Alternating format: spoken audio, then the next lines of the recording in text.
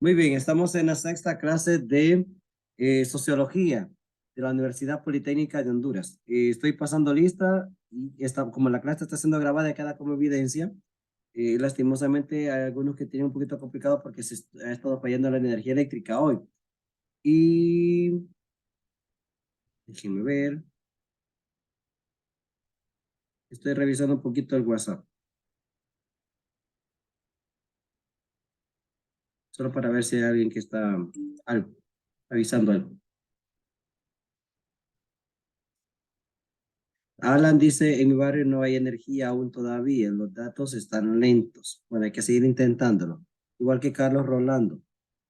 Esto como para que quede evidencia nada más, ¿verdad? Por cualquier cosa. Y creo que son los únicos dos que avisar.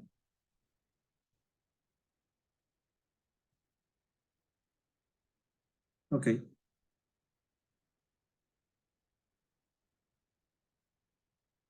Ah, Reinaldo también. Ok. Y no ha ingresado todavía.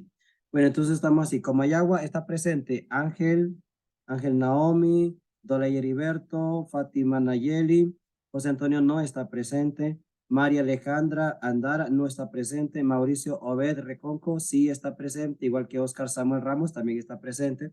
De la sede de Danlin, Alan Fabricio, bueno, está diciendo que él no tiene problemas ahorita para conectarse por la energía eléctrica, que no le ha venido, ¿verdad? Entonces, voy a dejarlo así, no asistió todavía, esperando que pueda ingresar. Ana Gabriela Cruz Peña tampoco no ha podido ingresar. Ana Paola Turcios, ella sí.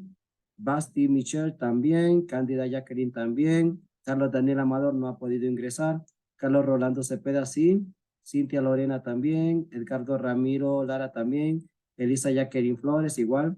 Elmer Josué Velázquez, él no ha podido ingresar. Eric Fernando, él sí está presente. Stephanie Giselle Sosa no está presente. Jeffrey Natanael sí está. Joel Fernando Lobo también. Kendi Celinda Cepeda no está presente. Lady Yariela Borjas sí está presente. Lizzy Nicole también. Luis Alejandro Aguilar no está presente, igual que también María Antonieta no está presente. Mario Presente, Adrián. Lick, aquí estoy. ¿Quién? María María Antonieta. Antonieta. Ok, María Antonieta ahí está, ya vino. Mario Adrián sí está. Ogniel Adi no está presente. Rafael sí está. Reinaldo no está, tiene problemas, vamos a darle todavía un tiempito para no puedo darle que sí asistió porque no está presente. Así que vamos a darle chancecito. Si puede recuperar también la energía, me imagino que no creo que tarde mucho. Seidy Yulisa Sierra no está presente. Johnny Alejandro Gaitán sí está presente. Y Leslie Dayana también contamos con su presencia. Bueno, estas son las personas que tenemos aquí, que quede como evidencia, ¿verdad? De la Lick, clase. Mande. yo recién acabo de iniciar, ¿Cómo se llama acabo usted de y de qué entrar. sede? Mari, de Comayagua. Comayagua, vamos a ver porque todo queda en evidencia. ¿Cómo se llama, dice? María Alejandra Andara. Mari, sí. Perfecto, aquí está corregido. Ya queda como evidencia, ¿verdad? En la grabación. ¿Alguien más ingresó en este momento para pasarle la lista? No, ok, muy bien.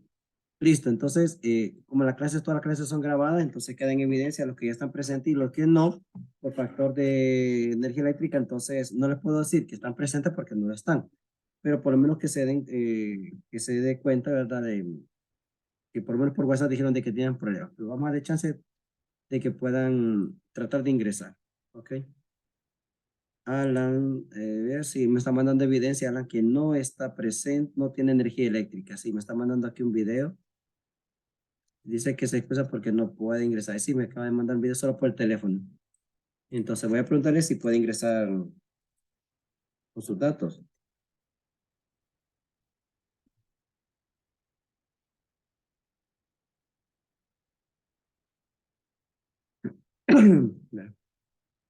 Bueno, como ya está la lista de asistencia, ahora me está compartiendo datos, le dice, sí, pero intente ingresar.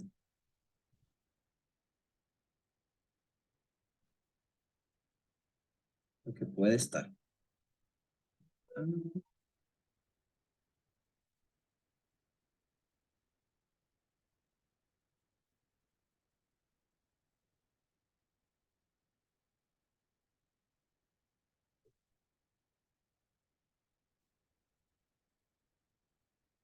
Ok. En el caso de Alan sí me mandé hasta el video. Claro que sí, vamos a corregir en el caso de Alan. Es que los demás no se va, porque como no tengo, en el caso de él me acaba de mandar un video y obviamente es de él. Ok. Ya viendo la evidencia, pues no hay ningún problema. Pero los demás, como no estoy allí en los barrios, en la colonia, no sé exactamente, ¿verdad? Y como hay que ser un poco escéptico en este tiempo, ¿verdad? Si no hay evidencia, no hay asistencia. Bueno, aquí les voy a, vamos a abordar el tema de hoy, que fíjense, es un tema bien bonito. Es un tema bien, bien bonito. Ojalá que a ustedes también les llame mucho la atención, porque es un aprendizaje bastante bueno y lo que nos va a decir también es muy, muy interesante. Así que ojalá que le podamos aprovechar, sacar el máximo provecho, ¿verdad? Espérenme. Estoy abriendo porque no es. Ya les comparto ahorita.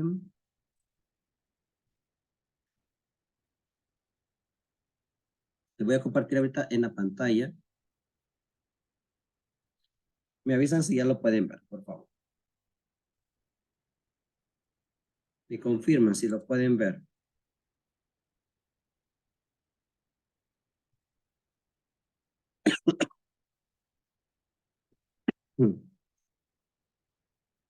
Listo, creo que ahora sí ya lo pueden ver, ¿verdad? Sí, sí.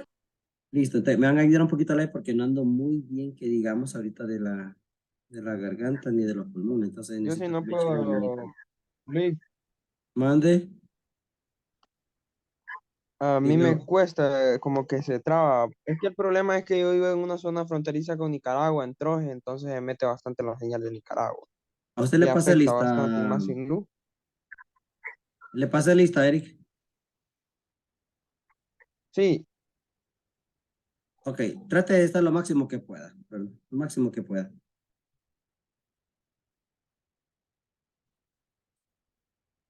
Listo. Ahora les voy a, le estoy compartiendo la primera parte. No sé si están viendo la segunda, que dice el primer tema, el tema de familia. Creo que se, ahí sí, sí, sí, ahora están viendo ya. Estoy comprobando. Fíjense que el tema de hoy es bastante bonito porque son temas que yo sé que, yo sé que muchas cosas de las que ahorita van a ver, o no sé si muchas, ¿verdad? Pero ya las manejan. Hay algunas otras cosas que las van a ir las vamos a desarrollar, las vamos a aprender y algunas partes más técnicas de algunos conceptos que son propios, que es importante que los manejemos, ¿ok?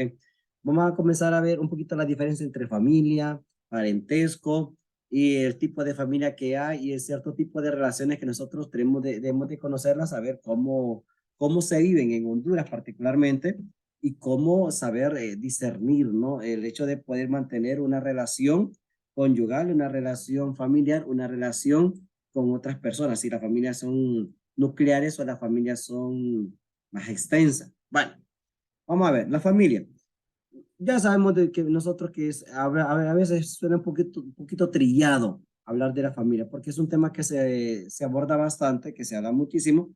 El asunto está de que por mucho que se aborde en teoría, en la práctica, esa es otra historia. Esa es otra historia. Porque podemos hablar nosotros de muchas cosas, el amor, la convivencia, el respeto, la humildad, pero en la práctica, esa es otra historia. Una cosa es la teoría y otra cosa es la práctica. Una cosa es de que se hable del amor a los padres con los hijos, pero en la realidad es de que los padres maltratan muchas veces a sus hijos, o de que los hijos maltratan muchas veces a los padres, ¿verdad? Entonces, como vuelvo y repito, una cosa es la teoría y otra cosa es la práctica. Entonces, aunque se escucha trillado, es necesario abordar cierto tipo de temas, que hay cosas que se hacen en la familia que no se deberían de hacer y hay cosas que hay cosas que no se deberían de hacer y sí se hacen. Bueno, entonces vamos a ir de que es un grupo de personas que están relacionadas por el matrimonio, en primer lugar, ¿ok? Por el matrimonio. Segundo lugar, por la sangre. Y tercer lugar, por la adopción, en el caso de aquellas familias o de aquellas parejas que no pueden tener hijos. Desean, pero no pueden, por situaciones de genética o biología. Ok. Ahora, cuando pensamos en familia, por lo general pensamos en la familia como algo nuclear, mamá, papá e hijos. Esa es la familia nuclear. Pero cuando ya aparecen otro tipo de personas, entonces hablamos de una familia extensa, porque se ha expandido, ¿verdad? La convivencia familiar, es decir, hay más personas. Ahora, cuando hablamos de parentesco, nos referimos nosotros a una red de personas que están unidas, pueden ser por matrimonio, pueden ser por nacimiento o por adopción, similar a la anterior. Entonces, pero no es lo mismo no es lo mismo familia que parentesco. ¿Por qué? Porque aquí hay cierto tipo de relaciones. Por ejemplo, las relaciones primarias, relaciones secundarias y las relaciones terciarias. Eso es lo que marca la diferencia entre un parentesco y la familia. Por ejemplo, en las relaciones primarias, hablamos de que es la relación directa entre padre, madre, esposo, esposa, hermano, hermana, hijo e hija. O sea, es la relación primaria, es la relación más directa. Las relaciones secundarias, cuando ya van incluidos los abuelitos, las abuelitas, los tíos, las tías, los primos y las primas, sobrinos y sobrinas.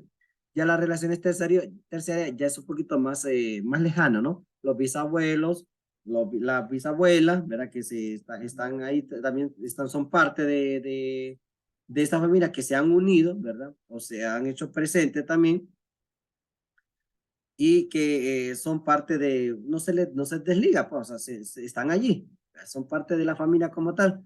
Y aunque no son tan directos, ¿verdad? No están tan ahí, tan cercanos, pero que son, ya vienen una herencia genética, ¿no? Ya viene una herencia genética.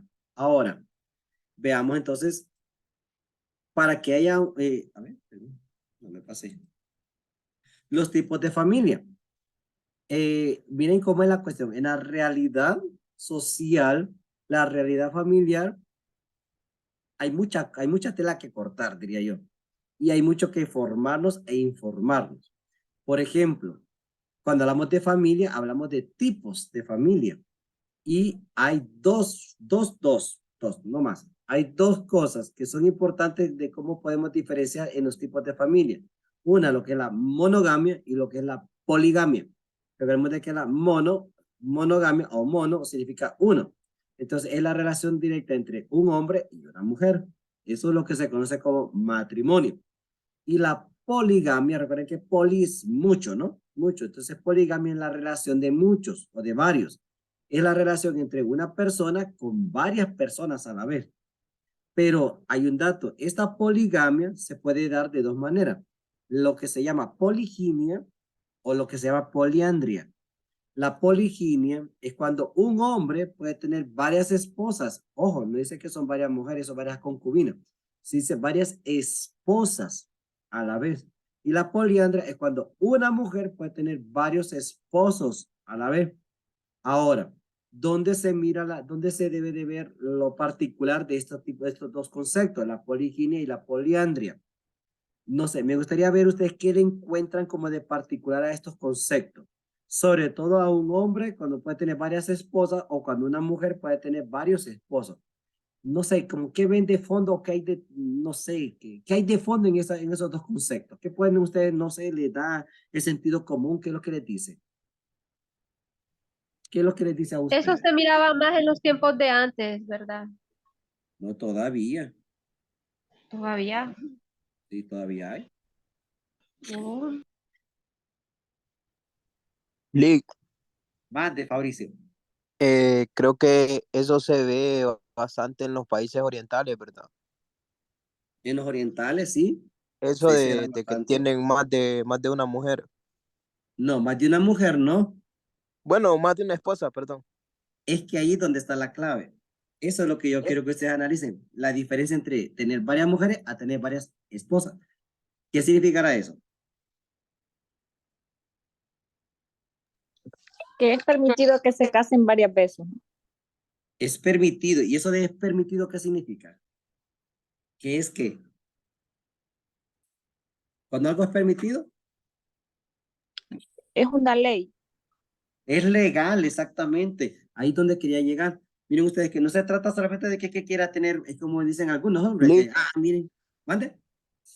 pero creo que, bueno, lo que yo tengo entendido en ese tipo de países, cuando se tiene más de una esposa, es que a ambas esposas se les tiene que dar el mismo trato o los bienes o el tipo de bienes también tiene que ser igual. Exactamente. Por eso es legal. Es la parte legal de un estado.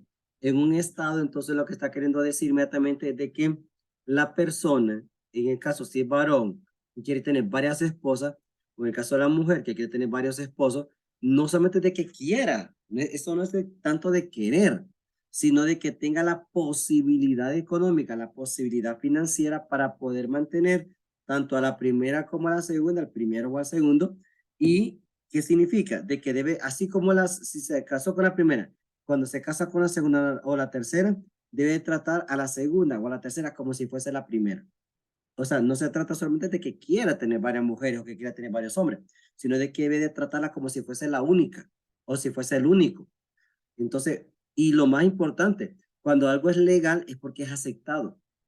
Es aceptado decir que la primera esposa no es que le van a casar a la segunda como como que dice, tan a la fuerza, ¿no? Aunque hay matrimonio arreglado, pero la segunda esposa y la tercera esposa tienen que considerarse como si fuesen las únicas y debe de tratársele como si fuese la única también. Por lo mismo, entonces la persona que decida querer tener más esposa o más esposos debe tener la condición económica para poder sostenerle la sostenibilidad. Ahora, si no puede, no tiene permitido casarse legalmente. No tiene permitido casarse legalmente. Entonces la situación es compleja. No solo es de querer, perdón, no solo es de querer, es que debe de ser legal. Claro, eso es lo que normalmente se avisa, ¿verdad? O se visualiza en estos países que es algo legal. Ya en América Latina, pues es otra historia, ¿no? Aquí, pues no se trata de varias esposas. Aquí se tratan de varias mujeres o de varios hombres, no esposos. Entonces la situación cambia y en ese sentido, la primera y la segunda esposa no se van a sentir mal de que tenga otra esposa, porque tengo otro esposo, porque como es algo legal, cultural, es aceptable. En el caso nuestro, por ejemplo, si una mujer tiene su esposo, pero si se da cuenta de que este anda con otra, no es aceptable, porque no es parte de nuestra cultura, no es parte de nuestra ley que la persona pueda tener varias mujeres o pueda tener varios hombres, porque imagínense que alguno de ustedes tenga a su esposa y se dé cuenta que su esposa anda con otro, eso es hasta la frase, anda con otro, no es que tenga a su esposo o tenga a su otro esposo, porque todos ellos deben de vivir en la misma casa. No es de que yo voy a voy a casar y voy a tenerle la casa por allá, no. Estas o estos deben de convivir en la misma casa y darse el lugar de primera esposa, segunda esposa o primer esposo, segunda esposa, porque viven en la misma habitación, o sea, en la misma casa, pues, viven en la misma casa y son tratados por igual. Pues claro, no es lo mismo que venga usted y que encuentre en nuestra cultura hondureña, por ejemplo, que esté casado, bien casado, ¿verdad? Tanto civil como eclesiásticamente hablando, y que usted se dé cuenta que su esposa anda con otro. Entonces, claro, no es que tenga a su esposo, anda con otro a escondida, porque no es algo que es permitido culturalmente, no es permitido. Ahora, para que haya una poligamia, se necesita cierto tipo de características. Por ejemplo, que las uniones sean simultáneas, es decir, que sean al mismo tiempo. No es de que ahorita se está con ella y se murió y se volvió a casar. Eso ya sería una persona que queda viuda. No, para que sea poligamia es de que aún esté con vida. Dos, que se trate de un matrimonio genuino, o sea, legal, que sigan los parámetros culturales, de costumbres, de tradiciones del lugar y sobre todo que sea algo legal. Entonces debe ser un matrimonio genuino, que sea aceptable por todos los demás, por todas las personas, especialmente por las familias. Tres, que las uniones cuenten con el respaldo de las normas culturales del control social. Ya lo decíamos, entonces debe de ser bien visto y ser aceptado por todos y por todas. Eso es interesantísimo, miren. Ahora, desde el punto de vista de las reglas de residencia, la habitación, ¿cómo se le llama? Porque aún hasta eso tiene nombre también. Cuando una persona se va a casar o va a contraer matrimonio con su pareja, debe verse dónde va a vivir, dónde va a vivir. Entonces, al lugar donde va a vivir, a ese también se le da un nombre. En el caso patrilocal, matrilocal o neolocal. El patrilocal es cuando la pareja que se va a casar decide casarse y se va a ir a vivir a la casa de los padres del marido. Entonces, a esa vivienda se le va a llamar patrilocal porque es la casa, ojo, de los padres del marido. Si es matrilocal, es diferente. Es cuando la pareja decide casarse, pero se van a ir a vivir a la casa de la esposa, los papás de la esposa, los papás de la esposa. Ahora, si no se quieren ir a vivir ni la casa de los suegros, por parte de del marido o de la esposa, y sino que deciden irse acá, se deciden casar, pero quieren tener su propio hogar, su propia casa, su propia vivienda, o van a alquilar, como lo dice vulgarmente, ¿no? Pero no viven en la casa ni de uno ni del otro suegro, ni de estos suegros ni de los otros. Entonces, a eso se le va a llamar neolocal. Recuerden que neo en latín es nuevo, es un nuevo local. Entonces, estos van a vivir totalmente independientes de las demás personas. Es decir, de tanto la familia del esposo como la familia de la esposa. Entonces, ojo, eso para que nos demos cuenta de que el hecho de tener una familia, de tener una pareja, de unirse con su pareja, y a dónde van a vivir, tiene nombre también. ¿Dónde viven ustedes? Pues lo normal es que dicen, no, pues nosotros vivimos donde la casa de los papás de él. Nosotros vivimos en la casa de los papás de ella. Ah, entonces su vivienda es patrilocal o su vivienda es matrilocal. Obviamente son conceptos, como le digo, es más algo técnico, ¿no? Porque no le va a ir a decir tal vez, ¿verdad? A su amigo, pues nosotros vivimos, tenemos una vivienda patrilocal. No le va a entender. O a lo mejor tal vez que sí, ¿verdad? Porque tal vez tiene conocimiento, pero no le va a ir a decir tal vez a la amiga, les cuento que voy a tener, mi vivienda va a ser matrilocal. ¿Cómo así? Nos vamos a ir a vivir a la casa de mis papás, va a ir la muchacha. Entonces, si en el caso del varón, pues va a decir, tenemos una vivienda patrilocal, nos vamos a vivir en la casa de mis papás. Vamos a darnos cuenta de que sí tienen nombre, es algo parte técnico. Alguien que me ayude a leer, por favor, los posibles patrones de autoridad. Y esto de la autoridad, esto sí es bien delicado, así que vamos a analizarlo bien detalladamente. Alguien que me lo lea, por favor.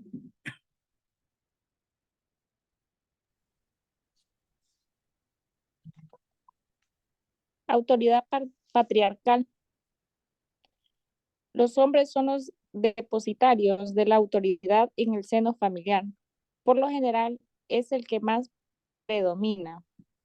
Autoridad matriarcal. Las mujeres son las depositarias de la autoridad en el seno familiar. Y autoridad igualitaria. La autoridad está distribuida en ambos miembros de la pareja. Ok, miren qué interesante. La autoridad, esta palabra es importante, la palabra autoridad. La palabra autoridad. Yo creo que esa palabra autoridad es discutible. Sí, es muy discutible. ¿Por qué es discutible? No solamente por el hecho de que exista la autoridad, ya con solamente con la parte de decir de que hay una autoridad, ok, que hay una autoridad, ya la situación nos cambia la visión. ¿Por qué? Porque la autoridad, por lo general, si es patriarcal es porque es el padre quien tiene la autoridad. Si es matriarcal es porque es la madre quien tiene esa autoridad. Y si es de ambos, pues es una autoridad compartida. El asunto de esto es que la autoridad como tal que ejerce uno o que ejerce el otro o que ejercen ambos tiene una gran influencia sobre las demás personas. En este caso serían los hijos, ¿ok? Sobre los hijos. Pero hay otro asunto, que es que la autoridad no solamente se está mirando dentro de los hijos, sino que la autoridad también se mira con la pareja, con su pareja.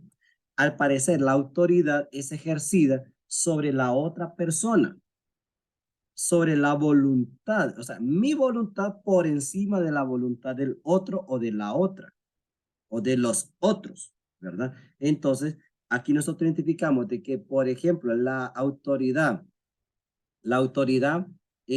patriarcal, que es la primera que tenemos por aquí, nos damos cuenta que el padre va a tomar las decisiones en nombre de toda la familia. Si es la madre, entonces la madre va a tomar las decisiones en nombre de toda la familia y se le va a consultar qué va a hacer, cómo se va a hacer, cómo está la familia, es decir, que quien maneja la información de todo, o bien es uno de ellos, o es el patriarcal, que es el padre, o es matriarcal, que es la madre. Si fuese igualitario, entonces ambos deben de manejar la información completa. Ahora, el asunto está que en la realidad, vuelvo y repito, esa es otra historia. La realidad marca la diferencia. Ahora, ese concepto de autoridad hay que analizarlo bastante. ¿Por qué se debe analizar? Porque hay algo interesante con todo eso. Y es de que Miren, la autoridad, incluso lo vamos a poner por aquí. Esta autoridad, ups, fue. Esta autoridad, vaya, ¿quiere agarrar esto?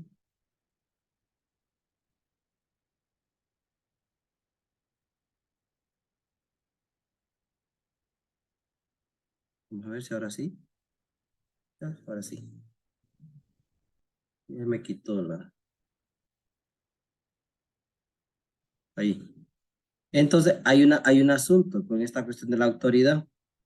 Miren, cuando nosotros decimos, y esto hay que tener bastante cuidado, cuando decimos, ella es mi esposa,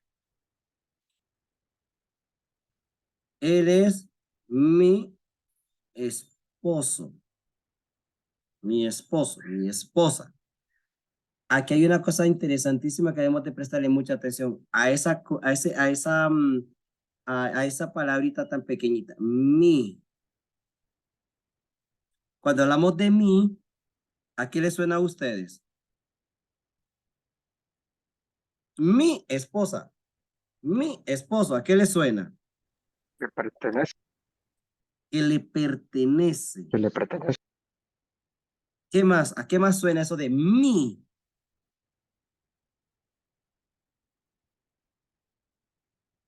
No sé a qué más le suena. Ella es mi esposa, mira, le dice. Él es mi esposo, te lo presento. Sí, le pertenece. Es sinónimo de pertenencia, pero ¿a qué más suena eso? Y hay que ponerle bastante atención, fíjense, porque las parejas, sobre todo mi novia, mi novio, mira, te presento a mi novia, te presento a mi novio. Está imponiendo autoridad. Hay una imposición, sí, pero ¿por qué hay una imposición? ¿Qué ha sucedido? ¿Qué hay de fondo en todo esto? Porque ahora es mía, por así decirlo. Ah. Eso es una, y lo voy a colocar aquí, una posesión. Como ya le decía usted, me pertenece, pero es una posesión. Ahora, el asunto está no solamente que se vea así, sino mucho más todavía. Es porque cuando se habla de que hay una posesión, ¿qué es lo que me pertenece a mí?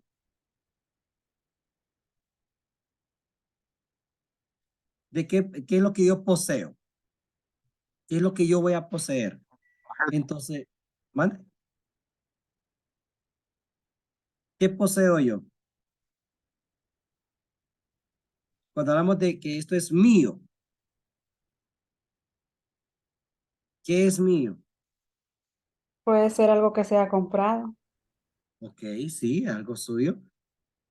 ¿Qué más, a qué más les viene a la mente cuando dicen esto es mío? Es mío.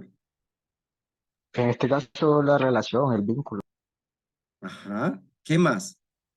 Todavía hay algo más, todavía hay algo más. Cuando dicen esto es mío, esto es mío.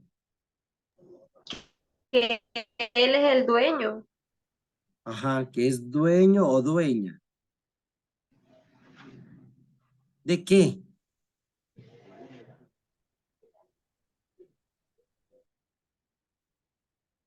¿De qué? De esa ¿De qué? persona. Sí, el asunto está de que a esta persona se le deja de ver, se le deja de ver como una persona. Cuando ya uno empieza a utilizar el concepto o la palabra mío, mía, Un objeto. como un objeto. Ujú. Y más que objeto, se ve a la otra persona o se ve al otro o a la otra como una propiedad. Propiedad. Entonces nos vamos a sacar con esta palabra, propiedad. Cuando hablamos de mío, mía, me refiero a que algo me pertenece. ¿Pero qué es lo que me pertenece? Algo que es propio, propiedad. Algo que es propio, que no es de nadie más. de nadie más, sino que es totalmente mío, totalmente mío. Entonces, la propiedad como tal es algo propio, y eso propio yo no lo quiero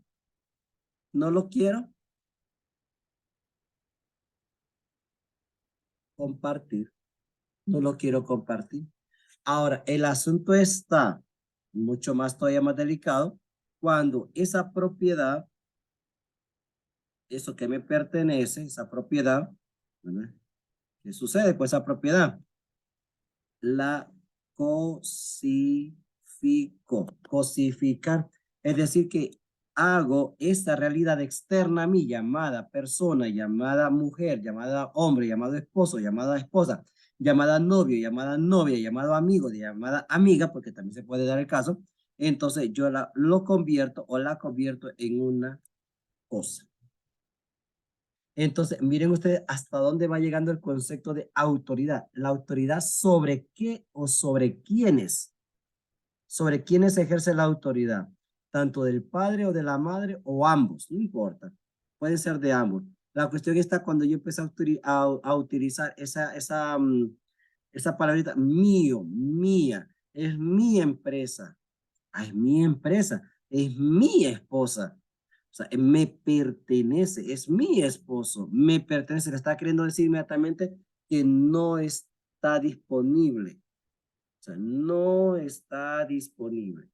¿Para quién? Para otra persona. No está disponible. Aquí es donde entra un problemita entonces. Cuando se nos olvida, o la gente no sabe de que no está disponible para los demás. Entonces se considera que está libre. Ahora, quien no conoce a la persona, quien no lo conoce, dice, está libre. Entonces, es una oportunidad para poder acercarme y hacer que ese ser que está libre se convierta en algo mío. Pero, ¿qué pasa cuando eso que es algo que yo quiero que sea mío no está libre? No está libre, sino que ya le pertenece a otra persona. Y miren qué feo se escucha, ya le pertenece. Entonces, significa de que ese sentido de libertad del sujeto, se perdió. Se perdió. El sentido de autoridad es importante, sí, pero ¿hasta dónde se puede llevar una mala autoridad? Hasta creer que es dueño, dueña y señor y señora de la otra persona. Y entonces la libertad, ¿qué pasa con esta libertad individual subjetiva? Se pierde, se daña. ¿Y cómo se manifiesta? Miren ustedes hasta dónde vamos llevando la cuestión. Por ello que es de detallar bastante eso. ¿Hasta dónde va llegando? ¿Cómo se manifiesta que se ha perdido la libertad? En primer lugar, cuando hay celos. Cuando hay celos. Se habla que los celos son enfermizos, pero es que no tanto es que sean enfermizos, sino de que los celos me hace ver a la otra persona como mi propiedad. Y eso hace que esta propiedad, ¿verdad?, pierda por sí mismo sus derechos.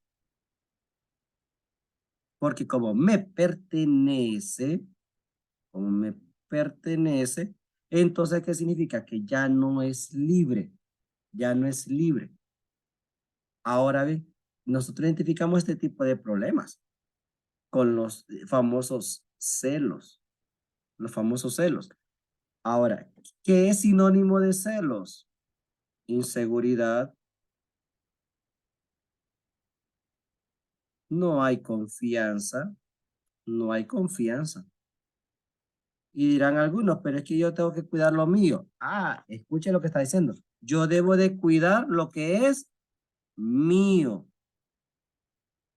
Y entonces se le olvidó que esta persona o esta persona son totalmente independientes. Y se cree que ahora es una posesión. y al ser mío, mía, mío o mía, entonces esta persona dejó de ser quien era y se empezó a convertir en lo que hemos estado hablando, en una cosa que la traducimos más bonito en una propiedad que, ¿propiedad qué? Privada. Exactamente, en una propiedad privada. Ese es el gran error que se comete en muchas familias, en muchas parejas, diría yo. El gravísimo error que se comete en las relaciones es creer que la otra persona me pertenece. Y esto es un gravísimo error, gravísimo error. ¿Por qué? Porque nadie le pertenece a nadie.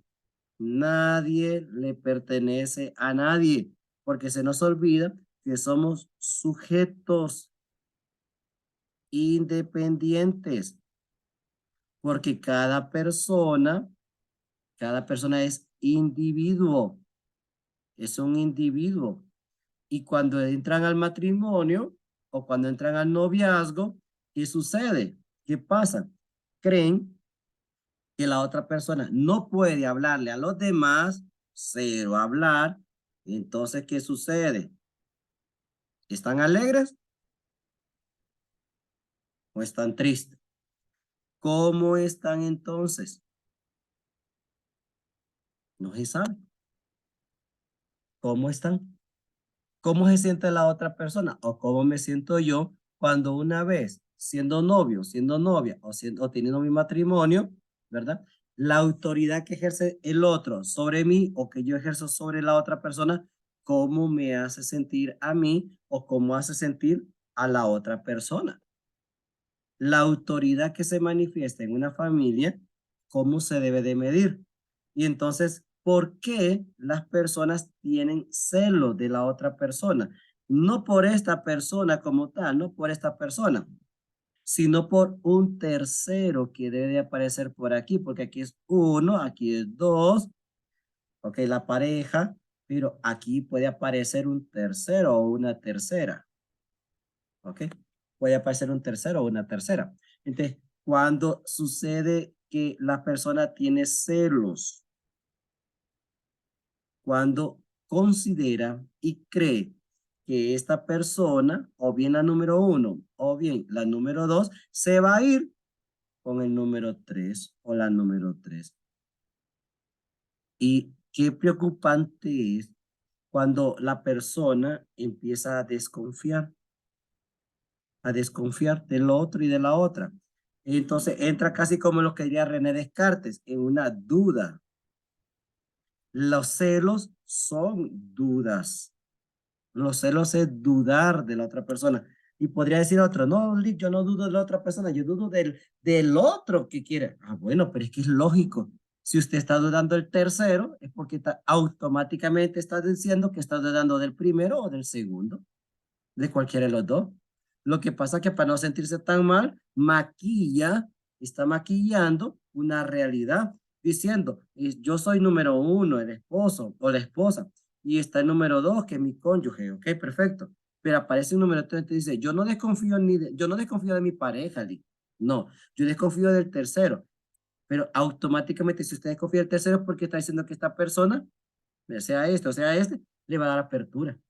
Entonces prácticamente está desconfiando, no solamente, es que solo es una acción, pero la reacción es aquí, si le hace caso o no le hace caso. Entonces yo confío en otra persona o no confío. Fíjense que yo les pongo un caso muy particular, para que ustedes se den cuenta hasta dónde va la cuestión y cómo se nota cuando una persona confía en la otra persona o no confía en la otra persona verdaderamente. Por ejemplo, nos contaba una compañera de trabajo que ella es psicóloga y ella nos decía, ¿va? Porque tuvimos un viaje y en el viaje ella se fue. Ya ella tiene su esposo, tiene sus hijos ya grandes, ya tiene sus hijos grandes. Y entonces ella nos decía, yo salgo, yo salí a mi esposo, yo solamente le dije, voy a salir, tenemos un viaje con los compañeros del trabajo, perfecto, nos vamos a ir, excelente.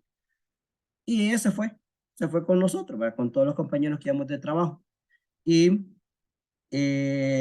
le preguntamos, si vamos a tal parte, ¿usted cree que se enoje su esposo porque nosotros vamos ahí? Porque le fuimos preguntando a todos los que estaban casados, ¿verdad? ¿Cree que se enoje su esposo? ¿Cree que se enoje su esposa? Si nos vamos, entonces algunos decía, uy, no, si yo me voy para otro lado y no le avisé que iba para ahí, voy a tener problemas bien serios.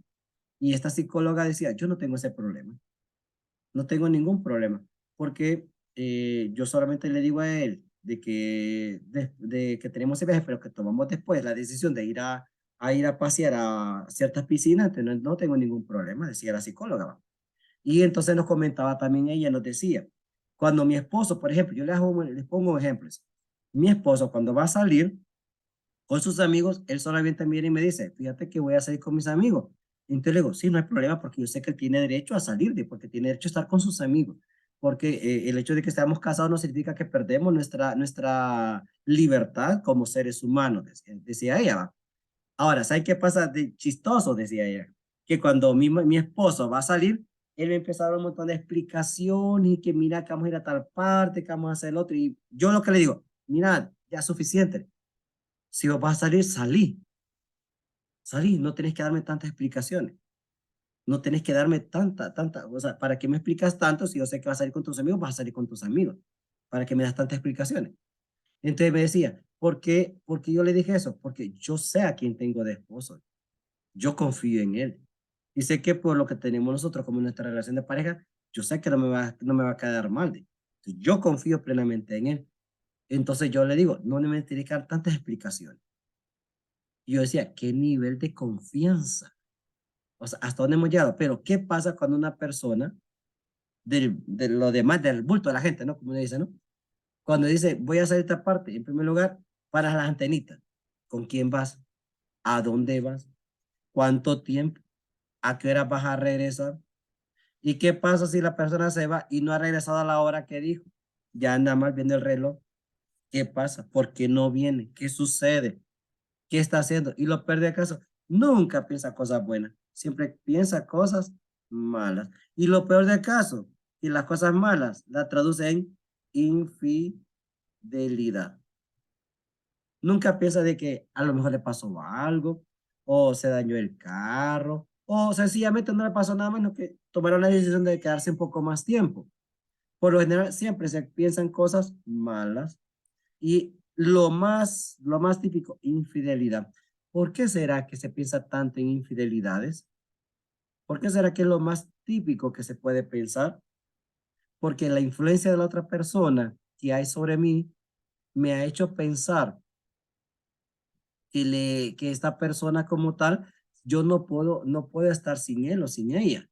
El asunto está que si yo no puedo estar sin él o sin ella, eso se puede traducir en una vivencia tan dura y tan difícil y tan complicada donde yo no sigo confiando en la otra persona.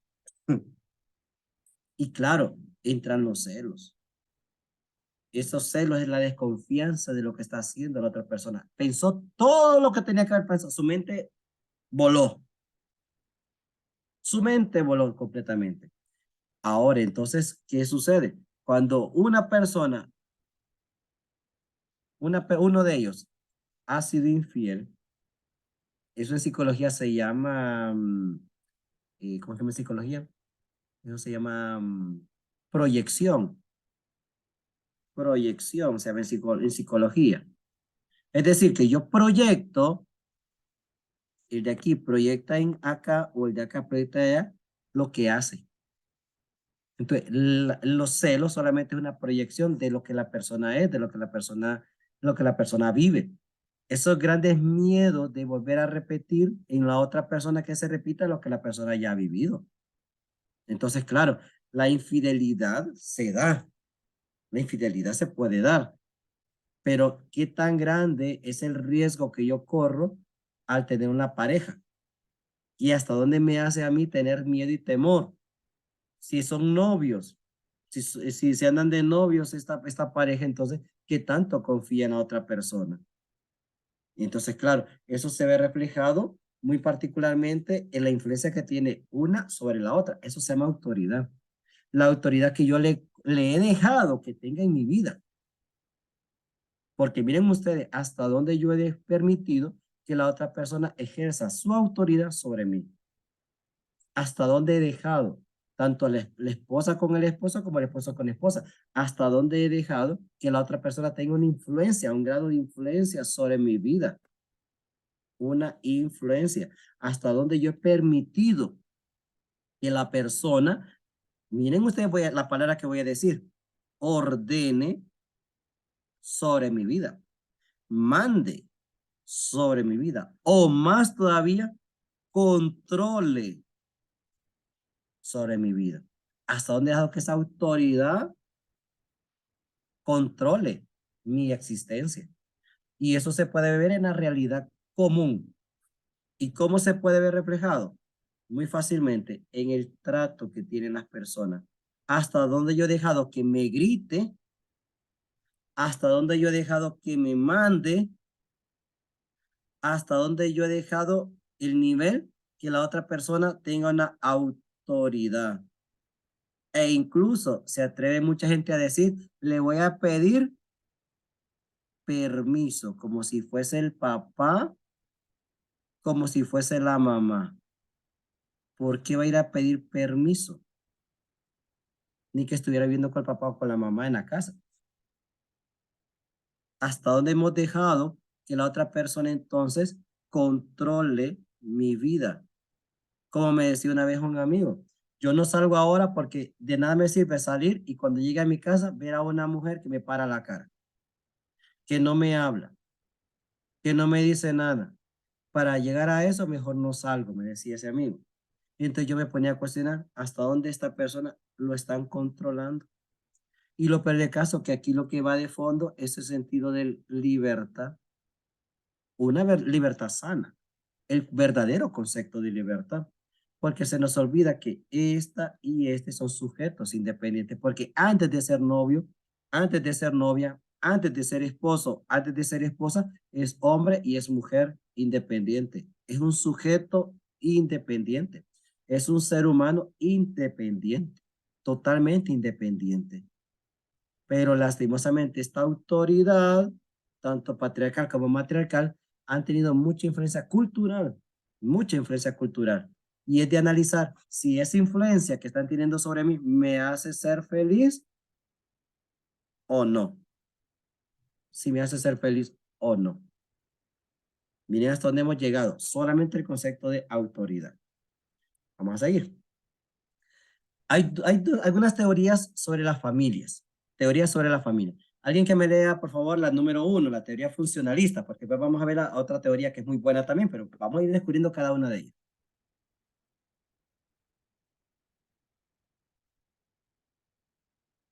Cualquiera que la lea. O sea, hay 25 que están ahorita aquí. Hay 25 estudiantes. Pero rapidito, le damos tiempo. Cualquiera que encienda el micrófono y lo lea.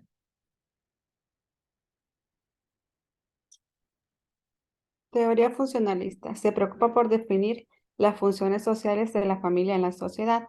Según el antropólogo G. Murdoch, los funcionalistas han señalado 4 funciones básicas de la familia. 1. La socialización. Los padres integran a los niños a la sociedad donde se les tocará vivir como adulto. En el paso de los años se aprenderá cosas nuevas, pero los patrones conductuales aprendidos en familia tienen muchas influencias. Ok, miren que aquí, palabra clave. Bueno, les pregunto, ¿cuál creen que en el número 1 la socialización es como una palabra muy clave? A ver, ¿cuál creen que sean como no sé, como el centro del número Convivir. 1? Convivir. Ajá. Hay otra cosa. Integran. Integrar. Sí, podría ser. Vamos a utilizar palabra integrar. Vamos a utilizar una. Otra.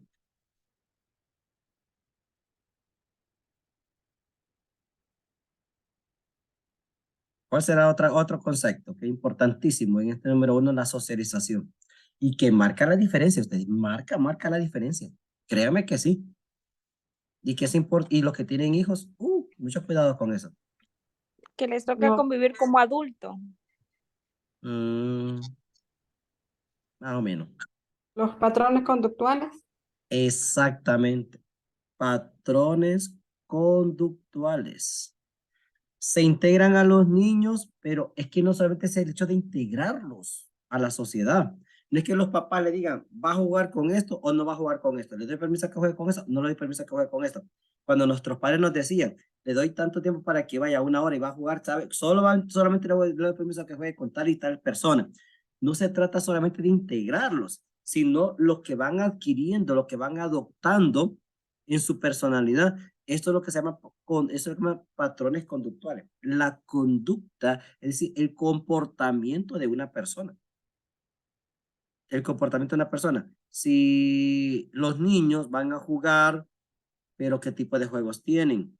¿Dónde van a jugar?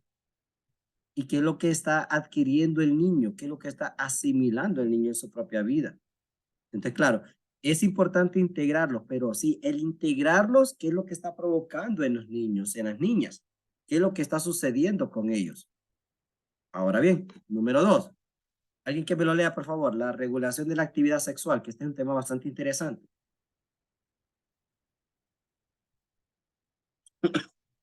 ¿Alguien que lo lea? Sobre el número 2. Regulación de la actividad sexual. Toda sociedad regula la sexualidad a fin de que mantenga la organización del parentesco y los derechos de propiedad.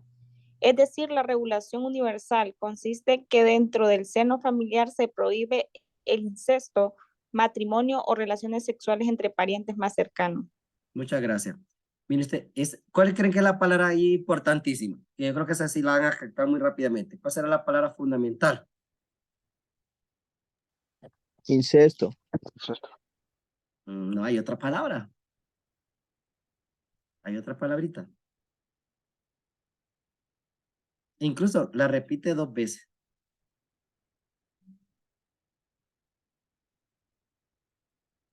A ver, ¿qué tan observadores son? Relaciones sexuales. No, hay otra. Están como adivinando. ¿Cuál será como lo relevante, pero muy relevante en esta segunda? La sexualidad. No, El parentesco. no, te están adivinando. El incesto. No.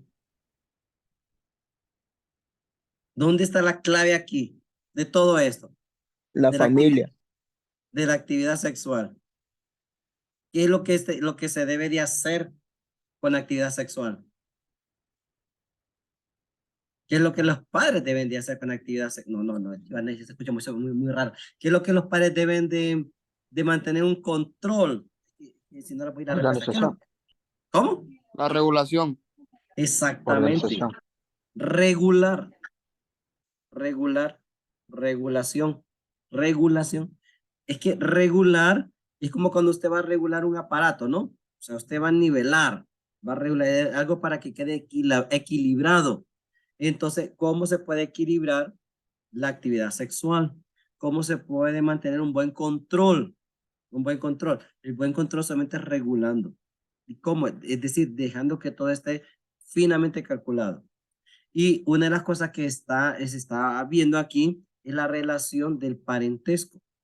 ¿Cómo se regula el parentesco? Entonces, cuando dicen, mire, él es su primo, usted no puede mantener ningún tipo de relación de noviazgo o algo por el estilo, porque no se puede. Eso se llama incesto. O sea, es cuando dentro de la misma familia mantienen una relación, no solamente sexual, digamos, sino más que todo una relación genital. Una relación genital. Porque nosotros no somos seres sexuales y tenemos relaciones sexuales todo el tiempo, ¿no? Pero la relación genital es otra historia. Entonces, aquí lo que se está buscando es cuando la formación que se le da a los niños, a las niñas, a los adolescentes, es cuando se le enseña y se le dice, no, usted debe de buscar, debe de fijarse en alguien diferente a la familia, porque entre la familia no se permite. ¿Por qué? Porque somos de la misma sangre, hay cierto tipo de antecedentes, hay cierto tipo de historia, y nuestra relación familiar se basa en el amor, pero un amor diferente a una atracción sexual, una atracción genital. Entonces, claro, hay que regular el pensamiento y el comportamiento de las personas. La regulación sexual es poder guiar, es poder orientar, es poder hacer que las personas tengan un equilibrio al momento de mantener una relación con las demás personas. Alguien que me lea la tercera, por favor. La tercera y la cuarta, porque van unidas. 3 y 4.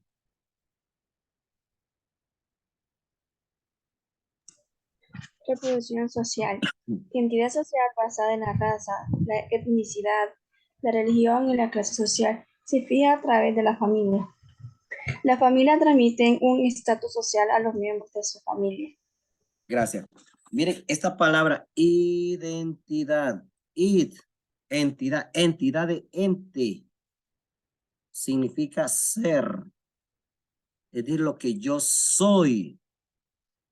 Lo que yo soy. Es mi identidad de lo que yo soy frente a los demás. Eso es lo que me ayuda a mí a tener las familias, los padres, ayudan a que sus hijos tengan una identidad, que sepan quiénes son, que se descubran a sí mismos.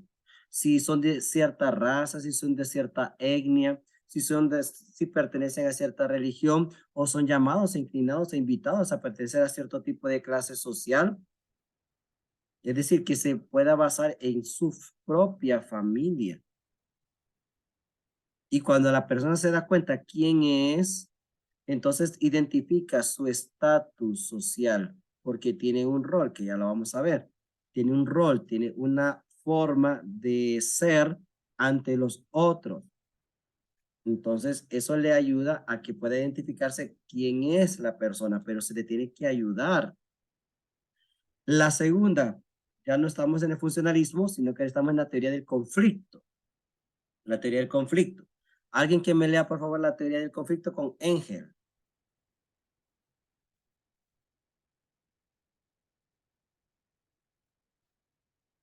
Otro, vamos, aquí hay un montón de estudiantes. Engel.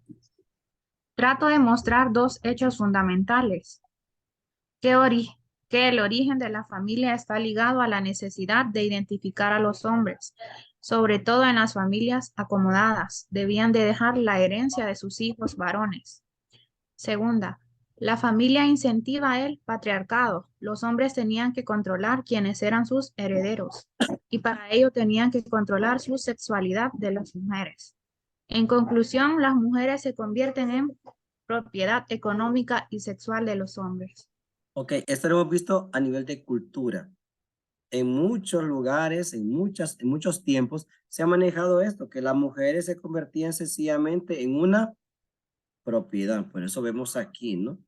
Esclava. ¿Y por qué era tan importante entonces el papel de los varones? Por esto, porque eran los herederos. Porque recuerden que la historia denotaba que eran los varones. Eran los varones los que llevaban la voz cantante y los responsables de dirigir, de administrar y de gobernar. Pero es cuestión cultural, es por cuestión de cultura, es cuestión de historia. O sea, no podemos juzgar acontecimiento pasado con pensamiento actual. Se supone que nuestro pensamiento actual ha ido cambiando y esta situación de conflicto, ¿verdad? Se ha ido transformando. Pero en la historia siempre se había visto así, que los que predominaban eran los varones. Entonces, por lo tanto, la herencia les pertenecía a los varones. Era la prioridad. Por eso la exigencia era de que la mujer, cuando se casaba con un rey, tenía que darle hijos, pero tenía que darle hijos sobre todo varones, porque eran los herederos. Pero ¿qué pasaba cuando era una mujer? No había alegría, no había felicidad para el rey, sino de que sí, nació el niño y la niña, pero cheque, ahí nomás murió la cuestión, ¿no? Es decir, no había trascendencia, pero cuando era un varón el que había nacido, significaba es mi heredero, porque tenían la visión patriarcal. Esa visión patriarcal es de que el padre, ¿verdad? Tenía que tener a un hijo varón y este tenía que hacer las funciones de dirigir y de gobernar. Entonces, claro, pero vuelvo y repito, es una situación bastante cultural que se había manejado. Ahora, veamos el otro punto, la sociología y educación, cómo estos dos temas van a la par. Iniciamos preguntando, ¿qué es la educación? Bueno, un señor llamado Emilio Durkheim, padre de la sociología de la educación, definió la educación como la acción ejercida por las generaciones adultas. Es decir, miren ustedes, interesante, ¿no? Los que se encargaban, ¿verdad? Eran los adultos de dar a conocer la educación. Eran los mayores. Estos se encargaban porque ellos ejercían un cierto grado de autoridad sobre los menores. Entonces, claro, obviamente los adultos se encargaban de forjar el pensamiento, el comportamiento, la actitud de cada uno de los menores. La educación es un instrumento de socialización. Y miren que esto es importante. La educación a uno le enseña a socializar. A socializar. ¿Y cómo se aprende? A través del conocimiento, las habilidades, las normas y valores que se reciben. Entonces, claro, el conocimiento que se daba era acorde a eso. Las habilidades que se tenían era acorde a eso, ¿verdad? Al hecho de poder socializar. Por lo tanto, la educación se encargaba de eso, de ayudar a socializar o de insertar a la realidad social a los niños y a las niñas que poco a poco van adquiriendo ese tipo de conocimiento. Las teorías sociológicas de la educación. Los enfoques microsociológicos. Y la palabra microsociológico ya más o menos va diciendo un poquito por dónde va la cuestión, ¿no? Hay otra que por favor me lea el número 1, por favor. Esta presentación.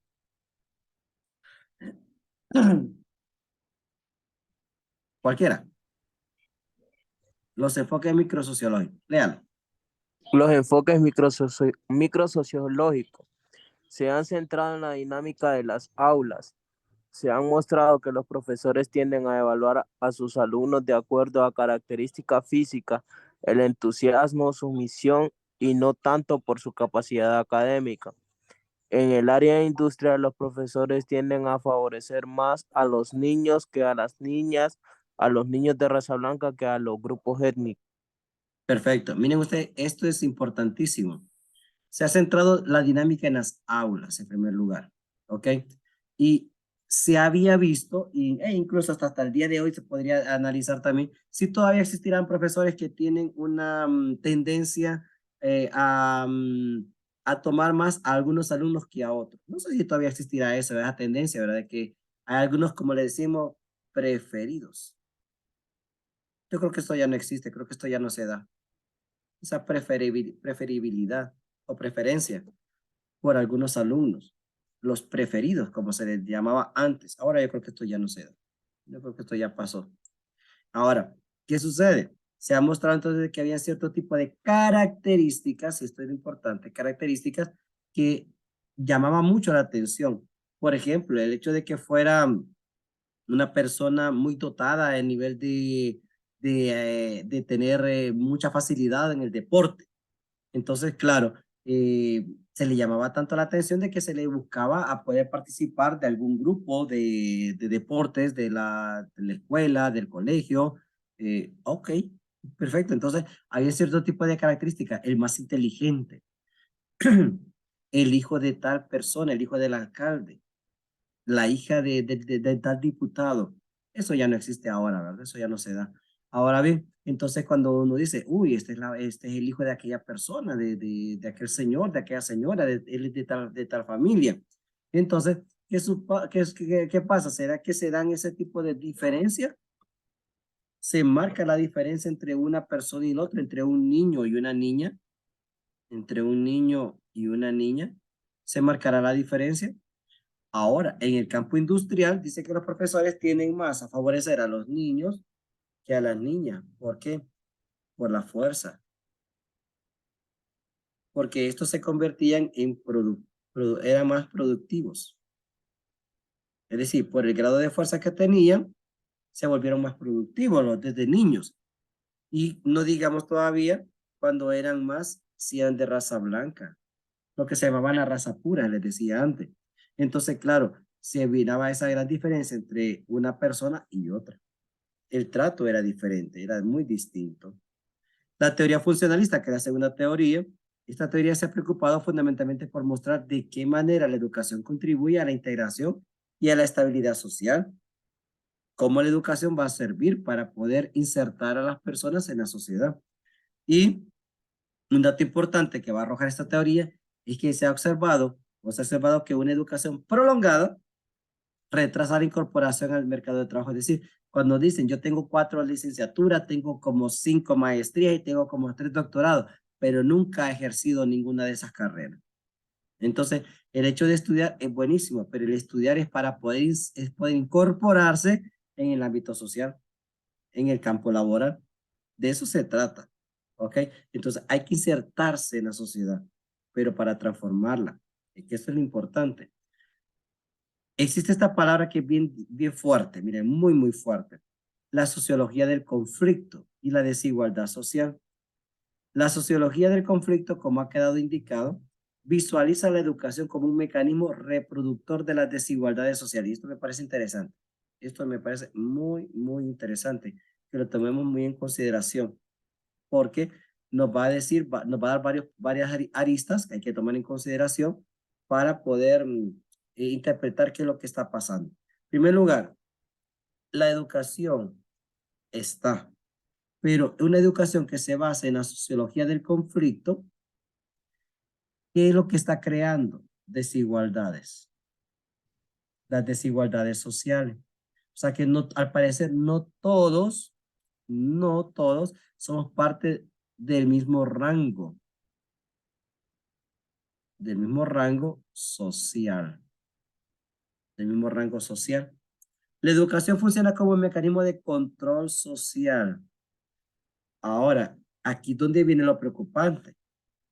Y no sé si se han dado la tarea de cuestionarse. ¿Qué tipo de educación, hasta lo pongo entre signos de interrogación, qué tipo de educación estoy recibiendo?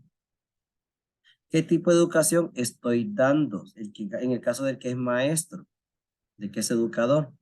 ¿Qué tipo de educación está formando el Estado? El Estado, ¿qué tipo de educación está dando? ¿Qué tipo de ideologías? ¿Qué tipo de pensamientos, de ideologías, de pensamientos se están impartiendo en las aulas de clase? ¿Y cuál es el objetivo que se está impartiendo ese tipo de conocimiento? ¿Cuáles son los libros? ¿Cuáles son los manuales que se están dando? ¿Cuál es el objetivo de la educación? ¿Cuál es la malla curricular? Miren ustedes, ¿cuál es la malla curricular? Es decir, ¿cuál es la orientación que tienen las clases? ¿Qué clases son las que tienen las carreras? Porque uno se pregunta, ¿y por qué estas clases las estoy recibiendo en esta carrera? ¿No debería ser mejor esta carrera para otra? Pero es que hay una intencionalidad. Hay un grado de intención. ¿Por qué cierto tipo de clases están presentes en las carreras? ¿Y qué tipo de corte de pensamiento tienen los maestros también? ¿Qué me están enseñando a mí? Por ejemplo, en mi caso, ¿qué es lo que yo quiero hacer? Yo no quiero decirle qué es lo que debe de pensar, sino cómo debe de pensar. Darle las herramientas. ¿Para qué? Para que a usted no le llegue cualquier persona y que a usted al momento de que le estén dando una formación o una capacitación, usted solamente diga, ah, es cierto, uy, sí, ¿cómo sabe? Es que tiene toda la razón. ¿Por qué? ¿Por qué no cuestionar? Y eso que usted está diciendo, ¿cuáles son los fundamentos? ¿Cómo me argumenta usted lo que está diciendo? Entonces, claro, no es lo mismo que le digan a uno qué es lo que debe de pensar a cómo debe de pensar.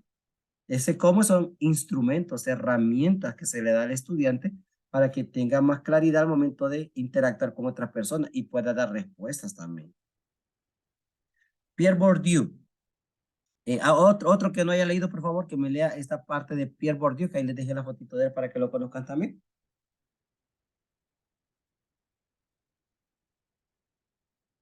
A ver, otro que lo lea. Vamos, rapidito, para que no perdamos tiempo. Pierre Bourdieu ha observado que la educación cumple dos funciones principales en la sociedad. Número uno, la reproducción social. Es el mantenimiento de las relaciones de poder y privilegio entre las clases sociales de una generación a otra. Número dos, la reproducción cultural. Es el proceso mediante el cual una sociedad transmite el modo de conocimiento dominante de una generación a otra. Ahora, muy bien, excelente. Ahora, yo estoy bien interesado en una cosa aquí. Y me gustaría escuchar, cuando habla de la reproducción social, me gustaría, por favor, ¿verdad? Que Eric Fernando Naira me pudiera dar su punto de vista. Eric, ¿cuál es el punto de vista de Eric cuando se habla de la reproducción social? Y después voy a escuchar a Stephanie Giselle Sosa Pavón, que me pueda dar su interpretación acerca de la reproducción cultural. Así que vamos a escuchar primeramente a Eric y después a Stephanie. Eric, somos todo oído. Lick, buenas noches. Es que fíjese que yo estoy teniendo problemas con mi comunicación. Es más, ahí grabé un video. Me saca y a los 3 minutos me vuelve a entrar a la clase. Pero está viendo ahorita, porque yo la escucho bien. No, no, ¿Está viendo la diapositiva? no, Lick. Ahí está, se la Es que leo. no me carga. Te No la te... leo porque me está escuchando bien, entonces porque me está respondiendo bien, entonces me está escuchando bien. Sí. Dice, la reproducción social es el mantenimiento de las relaciones de poder y privilegio entre las clases sociales de una generación a otra. ¿Cómo interpreta usted eso? El mantenimiento de las relaciones de poder y privilegio entre las clases sociales de una generación a otra generación. Es lo que se llama como reproducción social. ¿Cómo interpreta usted eso? ¿Qué interpreta de eso que acabo de leer? Como que los tiempos han cambiado, algo así, entiendo yo, no sé. Los tiempos han De cambiado. antes, ajá, sí, porque antes, como lo escuché ahora que decía, que eran más privilegiados los varones y ahora como que eso ha cambiado. Ajá, pero en este caso hablamos de relaciones de poder y privilegio entre clases sociales. Ya no solamente entre varones y mujeres, sino que entre clases. ¿Será cierto eso? ¿Estará vigente todavía eso? De que hay privilegios Sí, para algunas sí, clases.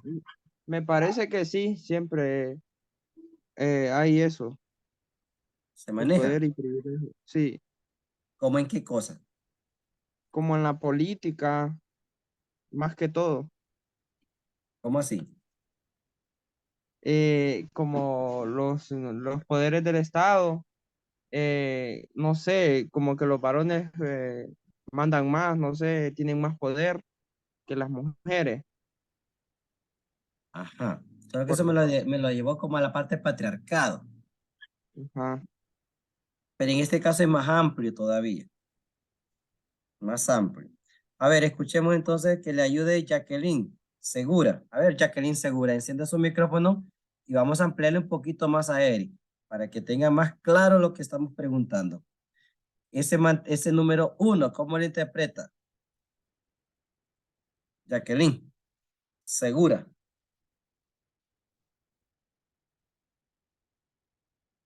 ¿Está por ahí o tengo que mandarla mejor allá a la sala de espera? A ver.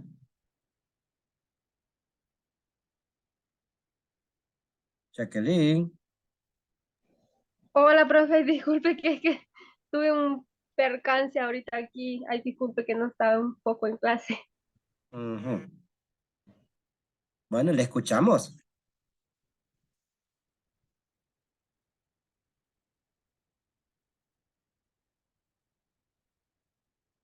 Ahí me estoy dando cuenta. A ver, escuchemos a Fabricio Romero entonces, pues. Señor Fabricio, ilústrenos, por favor, con el numeral 1. Si se dan cuenta, son temas bastante sencillos estos, ¿no? El numeral 1 y el numeral 2 no es nada del otro mundo. Fabricio Romero. La número 1, Sí, por favor.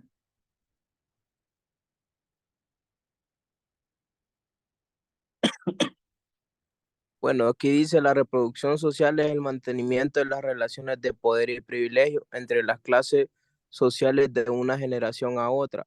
Esta, por así decirlo, quiere decir que son de las altas sociedades que van heredándose, así como por así decir, de un rey a un príncipe. ¿Y qué tiene que ver la educación con eso?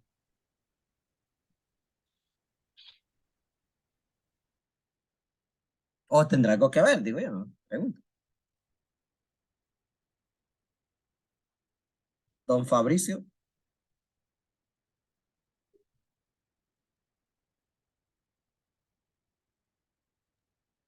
Que, bueno, por lo que observo yo en la imagen, bueno, algunos tenemos que luchar, ¿verdad? Para llegar hasta cierto punto y otros no, por así decirlo, ¿verdad? Si se fija que algunos vienen escalando por la parte rocosa, otros vienen en ascensor y otros ya estaban ahí, ¿verdad? Entonces, los que estaban ahí son los que tienen, por así decirlo, dinero. Los que vienen escalando de la parte derecha son como de la clase baja. Y los que vienen en ascensor son los que probablemente también tienen dinero, pero no tienen el mismo privilegio que tienen los que ya están en la cima. Y le falta uno todavía, señora, ahí en la foto, en la imagen. Eh, es que no sé si es parte de la imagen el de los signos de interrogación. Sí, es parte. Hasta ahorita me fijé. Sí, en este está un poco más complicado, ¿verdad? Porque cómo sube él si está discapacitado. Ujú. Y son a los que por así decirlo casi nunca se toman en cuenta por tener algún tipo de discapacidad o problema. Ok, muchas gracias, Fabricio. Fíjate que me gustó bastante su participación, Fabricio, porque fue bien observador con la imagen. Incluso se me adelantó. Y es que la imagen primera está acorde a la número 1 y la imagen número 2 está de acuerdo al inciso número 2. Y esa relación que usted acaba de hacer me parece excelente, me parece genial. ¿Cómo se puede identificar la relación de poder y privilegios? Poder. El poder me da privilegios. Claro, yo tengo poder, yo tengo el privilegio de muchas cosas. Por ejemplo, de consumir un cierto tipo de comida que otras personas a lo mejor nunca van a consumir. De asistir a ciertos lugares o de conocer ciertos lugares que otros jamás en su vida lo lograrán hacer, porque no tienen ese tipo de poder. Y al no tener ese poder, no tienen esos privilegios, carecen de esos privilegios.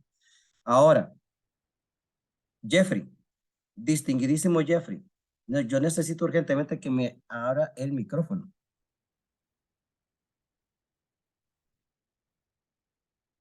Jeffrey, Sí, a ver, ¿cómo interpreta el número 2?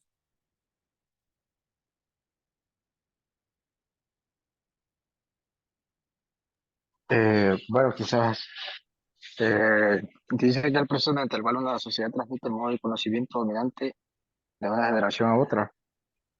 Entonces, siempre hay como eh, aspectos o opiniones que se manejan en la sociedad y que se siguen manteniendo.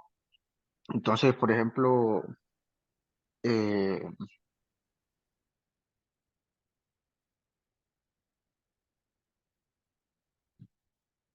Se por apagó el ejemplo, micrófono. sí, Ahora sí, ya le escuchamos otra vez. Siga, sí, siga, siga. sí, perdón. Por ejemplo, bueno, no sé, va, como que a veces las personas de educación, no sé, como que tienen menos hijos, no sé, a veces pasa eso. Ujú. Y las que menos, como que tienen más, entonces a veces se man...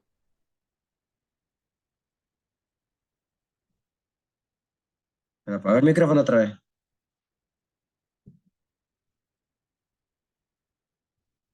¿Me escucha? Ahora sí. Sí, es que me está fallando, o sea, me saca y bueno, entra. Entonces a veces como que se transmiten algunas cosas de esas, o por ejemplo, de que alguien pueda salir adelante o cosas así, en base a la educación, entonces se maneja eso, la de que alguien que entre más se educa puede llegar más lejos, ¿verdad? Son que siempre se comparten uno otro, entonces a veces lee uno estudiado para que estén un poco más mejor parados en la vida o algo así. Este es un poco más mejor, ¿no? Este es un poco mejor. Ese más mejor no se dice. O se dice este es mejor. El más hay que quitarlo. Ese es un poco mejor. Fíjense que yo les coloqué incluso la imagen de ahí de la... les coloqué incluso la imagen para la famosa serie de Élite, que me imagino que varios la de haber visto, me imagino. Y en la famosa, esta Élite, en esta serie, se ve bien marcado que es un mismo instituto educativo, pero que hay varias clases sociales dentro del mismo instituto. Y cómo se ve marcado, ¿verdad? Esta reproducción cultural, donde algunos, por el grado de educación que tienen, se ven superiores y se sienten y se muestran ante los demás como seres superiores. Y los otros, aunque les ha costado llegar, aunque estén con beca y todo lo demás, pero aunque compartan el mismo ambiente educativo, no se sienten igual, ni se ven igual. No solamente porque los demás se lo hagan ver, sino porque ellos mismos se sienten así. Ellos mismos se ven como inferiores a los otros por la parte económica, donde se les cuesta más, tienen que trabajar, en cambio los otros solamente disfrutan por la parte financiera que sus padres pues manejan, que es algo son muy pudientes. Pero en este caso hay algunos otros que aunque aunque estén estudiando en el mismo centro, ¿verdad? Educativo, pero la experiencia que enfrentan es muy distinta, es muy diferente, muy diferente. Profe, Bueno, eso le iba a mencionar, que por ejemplo cuando estudiaba en el colegio, era hace un par de años, pero habían hijos de maestros allá en el mismo colegio y el trato de ellos era súper diferente pues al de uno, y si uno hacía algún mal planche, le tocaba hacer esto, aquello para responder, y ellos pues no, nada, solo un regañito y cheque. claro, los famosos privilegios. Los privilegios que gozan algunos y otros no. Ok. Esto que está viendo usted ahorita, esto es fundamental. Muy fundamental. Por eso voy a pedirle vamos a ver, voy a pedirle, aquí viene un nombrecito, a ver, este nombre, a ver, vamos a buscar este otro. Mari Alejandra Andara. Mari Alejandra Andara. Señorita, abre el micrófono, por favor.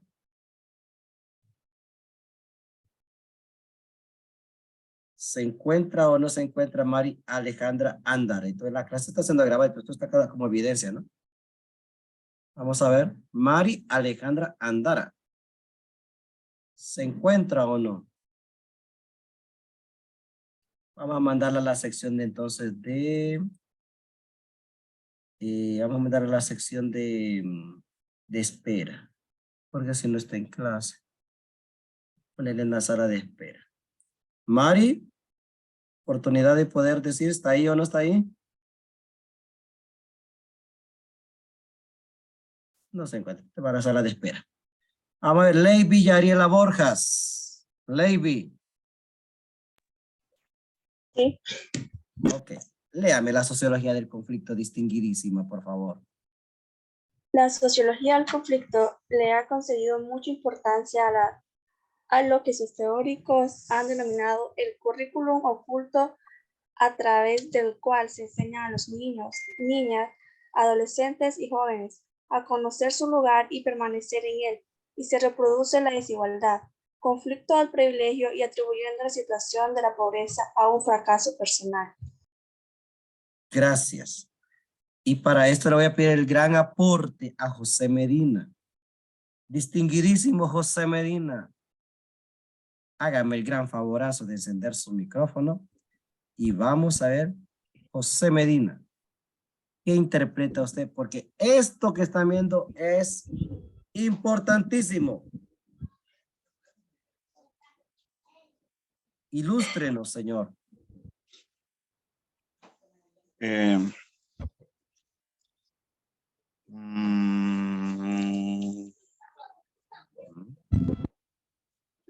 No sé, estoy un poco confundido. ¿En qué cosa?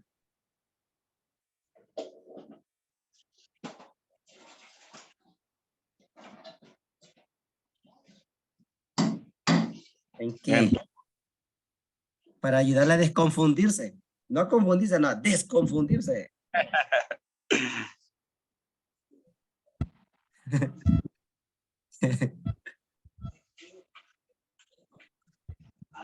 Se lo vuelvo a leer para ilustrarle otra vez. Ajá, ajá. La sociología del conflicto, que es lo que hemos estado hablando durante toda la clase, sociología del conflicto, le ha concedido mucha importancia a lo que sus teóricos, obviamente que lo hemos estado hablando, han denominado el currículum oculto.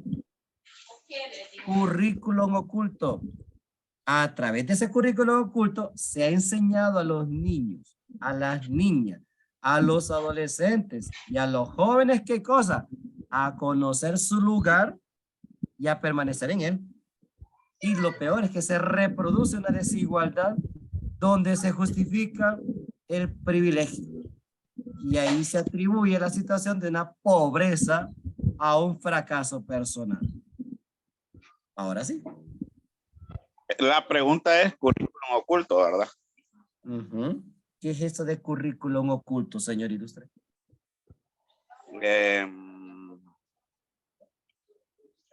Bueno, en lo personal, creo que se basa, o verdad, de lo que estábamos hablando anteriormente, bueno, lo que se estaba hablando anteriormente, podría decirse el privilegio.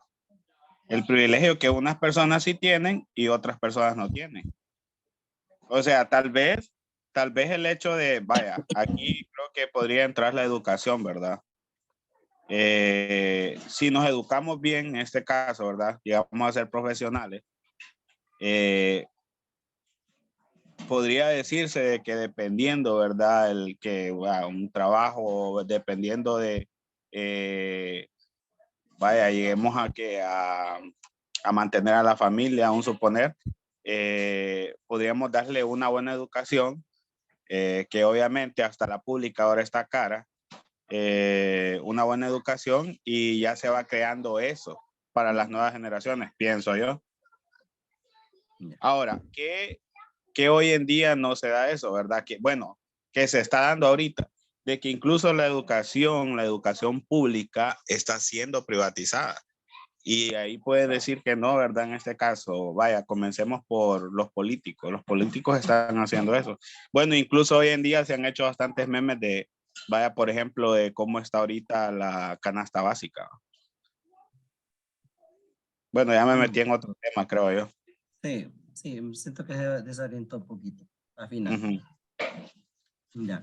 José Medina, distinguidísimo. Yo le quiero pedir un favor, fíjense. Dígame. De los que están aquí, ¿a quién le gustaría escuchar que también siga desarrollando más lo que usted nos acaba de aportar?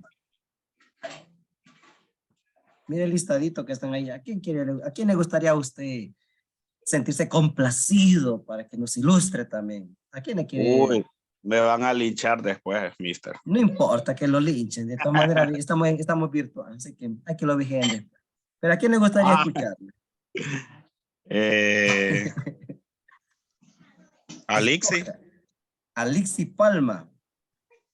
Gracias, señor ilustre. Gracias. Vamos a escuchar a Alixi Palma entonces, porque la están aclamando aquí el público. Alixi. No, pues yo sí lo voy a linchar. A ver, Lixi, usted que todo se lo sabe y lo que no se lo inventa, cuéntenos, desarrollanos un poquito más todavía ese currículum oculto. ¿Qué es eso de qué comprende usted con eso de currículum oculto?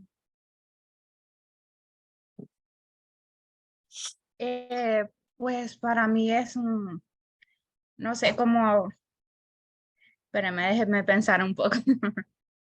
Le doy 5 segundos.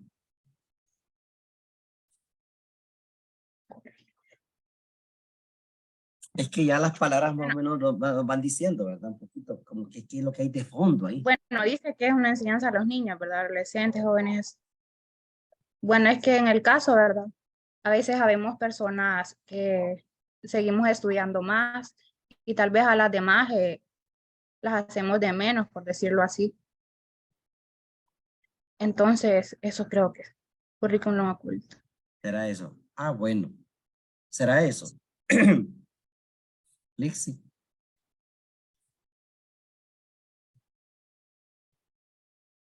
Señorita, ahí está todavía.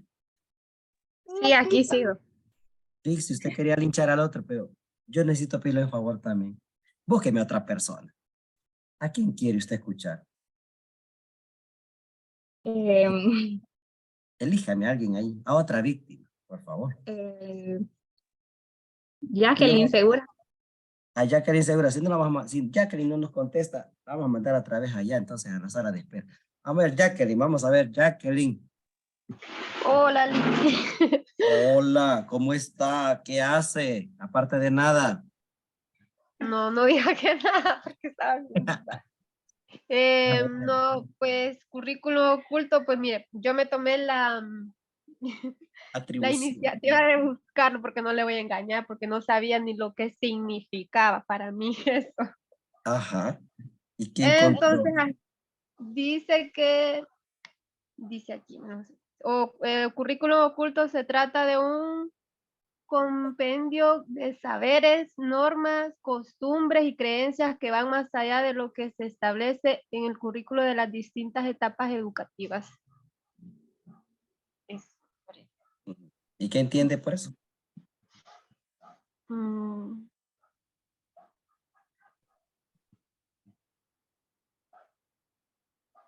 Pues dice aquí que, bueno, primero le voy a preguntar qué significa compendio, porque no sé qué es eso. Ok, compendio, podemos decir que es la aglomeración de temas que se pretenden dar en una carrera o X carrera. Pues me imagino yo que es como pudiendo decir que un maestro, maestra, no sé, venga a dar clases a implicar a los alumnos normas y costumbres, creencias. No sé si es eso. Ajá. Pero ¿qué tipo de creencias? ¿Son según lo que está estipulado a nivel público? Sí, porque, bueno, como dicen, por ejemplo, yo tengo un primito que va al kinder, ¿verdad? Y dice ahí en unas normas que les ponen que no les deben de quitar los derechos de lo que le enseñan en las escuelas. Por ejemplo, las creencias que les inculcan. No sé si se refiere a eso. Pero esas son las Porque, normas que ya tienen, me imagino, ¿no? Que la institución ya tiene dada. sí. Ajá. Pero ¿qué pasa cuando se empiezan a enseñar cosas que no están dentro del currículum, dentro de esas normas? Pero se enseñan y se promueven. Se viven, las tienen que vivir los estudiantes, las tienen que practicar, aunque no estén dentro del currículum. Se nos vuelve un hábito. ¿Cómo así un hábito? ¿Pero un hábito qué? ¿Un hábito libre o un hábito impuesto? Bueno, que para mí ser sería un hábito impuesto. Ajá, sí, muy bien, vamos. ¿Qué más?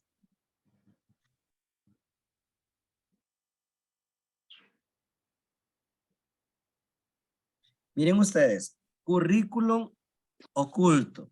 Un currículum o la famosa currícula, ¿verdad? Es la planeación que se ha creado en el sistema educativo para dirigir, ¿verdad? Para orientar la formación que van a recibir los estudiantes. Es decir, la parte legal que se debe de transmitir a nivel de educación. A nivel de primaria, por ejemplo, se tiene una currícula, es decir, tiene un currículum donde ahí está estipulado las clases que se van a impartir para la X, lo que vayan a sacar, porque recuerden que no todos sacan la misma carrera, tanto de la misma formación, educación dentro de la escuela, como en colegio o universidad. Entonces, el currículum es una serie de orientaciones y parámetros que se deben de cumplir. Ya están estipulados por el gobierno en este caso, ¿verdad? O en más particularmente por el sistema de educación, ¿ok?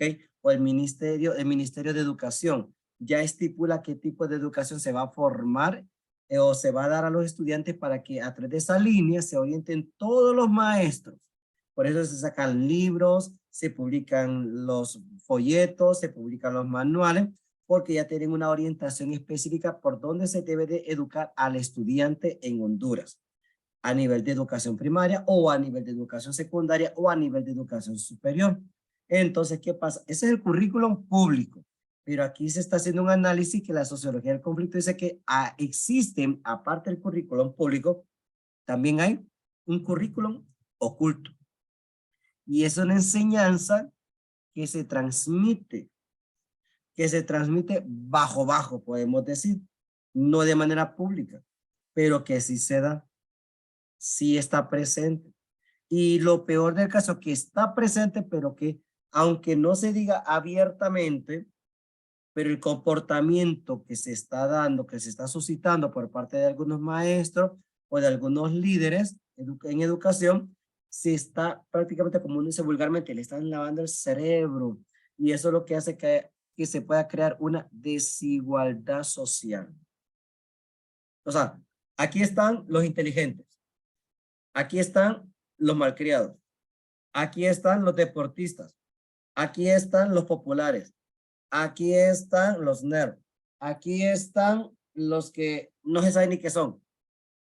Entonces, es un currículum oculto, es una manera de tratar a la gente y que en la manera como se les habla, como se les trata, no parece, pero es una inclinación que se está forjando cierto tipo de grupos de personas que sin querer queriendo, como dice Chavo el 8, ¿no? O Chapulín Colorado, sin querer queriendo, la gente se está metiendo como que esto soy. Como cuando un maestro en un aula de clase divide el grupo en dos partes, entre los que saben y los que no saben. Eso es un currículum oculto. O sea, es marcar, etiquetar a las personas con cierto tipo de parámetros. En el caso de los que saben, a los que no saben. O le están diciendo, los inteligentes y los tontitos. En pocas palabras. Y eso se da. Y no solo en el campo de educación primaria, secundaria, hasta en universidades. Los grupitos de los que más saben, no me esperaba menos de ustedes. No solo dice también abiertamente a todo el grupo, o a veces no me esperaba menos de ustedes. Y cuando tal vez el otro marca la diferencia, es algo mejorcito, vaya, hasta que por fin, algo diferente. Parece que ya van trabajando, parece que ya van evolucionando. Él les dijo, ¿qué fue lo que les dijo en pocas palabras? Imagínense, ese es un currículo que no es público, sino que un currículo oculto que es una enseñanza, es un trato que se está dando en educación y lastimosamente, ¿verdad? Se suscita, se da, pero que hace, es lo que provoca y que se crea una desigualdad social. Es lo que provoca. Bien, ya para ir terminando. Desafíos de la educación latinoamericana para el siglo XXI. Esto está buenísimo. ¿Cuáles son los desafíos para el siglo XXI a nivel de educación? José Joaquín Brunner propone 5 dimensiones. La primera dimensión para transformar la educación en América sería acceso a la información. Es lo primero, acceso a la información. Es que no es lo mismo informar con tener conocimiento. Porque informar, hay un montón de contenido que se informa, pero no todo el contenido es verdadero, no todo el contenido es real, no todo el contenido es fidedigno. 2, acervo de conocimiento. La educación no solamente es transmitir, aprenderse este libro de pe a pa, aprenderse la gramática, aprenderse la matemática, aprenderse la fórmula. La educación es más que eso. Implica una pirámide axiológica, implica todo lo que son hábitos, lo que significa la parte moral, lo que significan los valores, lo que significa el buen comportamiento, los principios que se deben de mantener a nivel de la sociedad, etc. Tercero, cambios en el mercado laboral.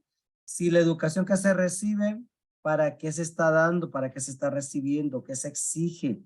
¿Cuál es exactamente el objetivo de la educación que se está impartiendo el día de hoy en las universidades, por ejemplo? ¿Para qué se está formando? ¿Qué tipo de educación estamos dando nosotros en la universidad para cada una de las carreras? Entonces, hay cierto tipo de ocupaciones que demandan el nivel de escolarización cada vez que sea mucho mayor. Por lo tanto, si fijan ustedes, es increíble cómo hay estudiantes que matriculan clases virtuales y no quieren hacer trabajos virtuales. No es, ¿acaso no suena como contradictorio? ¿Cierto? Entonces, claro, y no solamente veámoslo desde ese punto de vista, sino la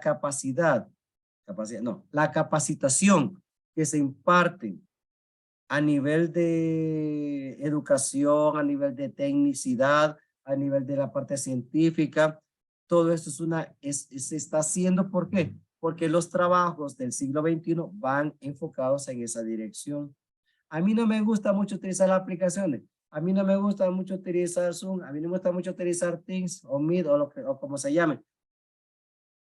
El problema está que es necesario. Ahora no es algo contingente. Ahora es una necesidad aprender todo ese tipo de cosas. No nos están pidiendo permiso. La sociedad del siglo XXI nos está exigiendo. Por lo mismo, cuando alguien está en la universidad, se le exige más todavía. porque debe dar respuestas según criterios de educación superior. 4, disponibilidad de nuevas tecnologías para la educación. Entonces, claro, aquí es importantísimo saber que si yo no tengo una computadora, es necesario, con sacrificio, con esfuerzo, empezar a ahorrar para comprarme una computadora.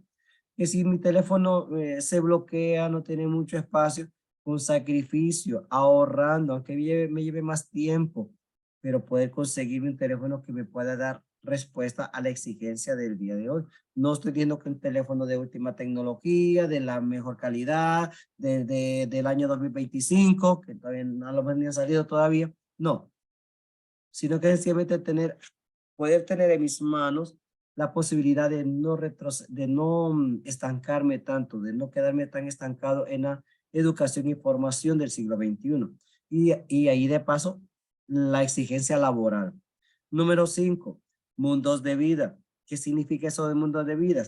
Es que sencillamente cuando se pierde la autoridad en la casa, se pierde la autoridad en la escuela, se pierde la autoridad en el colegio, se pierde la autoridad en la universidad, se perdió toda la estabilidad social. Entonces, es necesario que aunque vivamos en diferentes situaciones económicas, políticas, religiosas, sociales, debemos de aprender a interactuar con los demás. Debemos de aprender a aprovechar la formación y la educación. ¿Por qué? Porque allí es donde radica nuestro esfuerzo y también donde radica nuestro éxito. Entonces, no debemos de quedarnos nosotros solamente con el mínimo, con la ley del mínimo esfuerzo. No nos podemos situar en la ley del mínimo esfuerzo o en tener una educación light. ¿Por qué? Porque cuando vaya a un trabajo, si va con una formación muy deplorante o muy deplorable, ¿qué significa? Que el trabajo lo va a hacer igual y lo va a perder también, porque nadie quiere contratar a una persona que no tenga conocimiento. Yo quiero contratar a alguien que me va a ayudar en mi trabajo, que me va a ayudar en mi empresa a sacarla adelante. Por lo tanto, no voy a contratar a alguien que no tenga no solamente experiencia, sino que no tenga el conocimiento. Y aunque algunos estudiantes se enojen y se molesten porque les dejan trabajos, es necesario para poder forjar un buen profesional. Un buen profesional. Un padre de familia va a matricular a su hijo o a su hija en un centro educativo, a diferencia de otro. ¿Por qué? Porque quiere que le den una buena educación. ¿Y por qué quiere que su hijo o su hija tenga una buena educación? Porque quiere tener un profesional que pueda obtener un buen trabajo, que pueda tener un profesional que dé respuesta, que pueda tener un buen profesional que se le exigió mucho y que ahora vienen los éxitos, vienen los frutos de todo aquel gran esfuerzo que hizo. Por eso se educa y se forma y se exige al estudiante universitario. Por eso. Y miren, hay estudiantes que se molestan porque uno les exige y van buscando sobre todo a veces el hecho de que no tengo tiempo, si no tenía tiempo para que se matricule en la universidad si no tenía tiempo. Entonces, no sé, yo me cuestiono. Es que mire, que yo me quería más. Bueno, pero desde luego se matriculó, sabía usted que iba a tener que sacrificarse más. Tiene trabajo, tiene esposa, tiene esposo, tiene hijos, tiene hijas, y se matriculó en la universidad porque sabe que le iba a costar más. Pero eso no es nada nuevo. Sabía que tenía que sacrificarse más. Y hay personas que son mayores y dicen, yo me matriculo en la universidad, yo estoy un poquito ya bastante crecidita, pero yo quiero superarme. Y eso es digno de admirar, que aún con toda la responsabilidad, aspire a algo más. Pues estas personas que aspiran a algo más son las personas que terminan siendo exitosas al final. Terminan siendo exitosas. Y eso es digno de admirar para un joven que, aún con toda la libertad que tenga, decide seguir estudiando. Eso es digno de aplaudir. Y más cuando una persona es mayor y que ya tenga sus bastantes añitos y que aún así decida estudiar, es más digno todavía de aplaudir. Así que la educación, el currículum educativo, la sociedad de conflicto nos pone en esa controversia entre lo que se nos debe de enseñar y lo que en el fondo se enseña. No siempre concuerda, pero es bonito y es digno de admirar cuando la persona busca algo más, desea algo más con su vida, ¿verdad? Y aunque se esfuerce, se sacrifique, pero que al final va a valer la pena. Vale la pena cuando ya la persona mira que ha concluido todo. Bueno, esta era la clase de hoy. Como les dije, era muy interesante, ¿verdad? Muy interesante. Ojalá que nos sirva a todos, ¿verdad? A todos nos vaya a servir la formación que se está impartiendo en esta clase de sociología. Bueno, voy a compartirles ahorita la tarea, el trabajo. Voy a ver si lo tengo aquí abierto ya.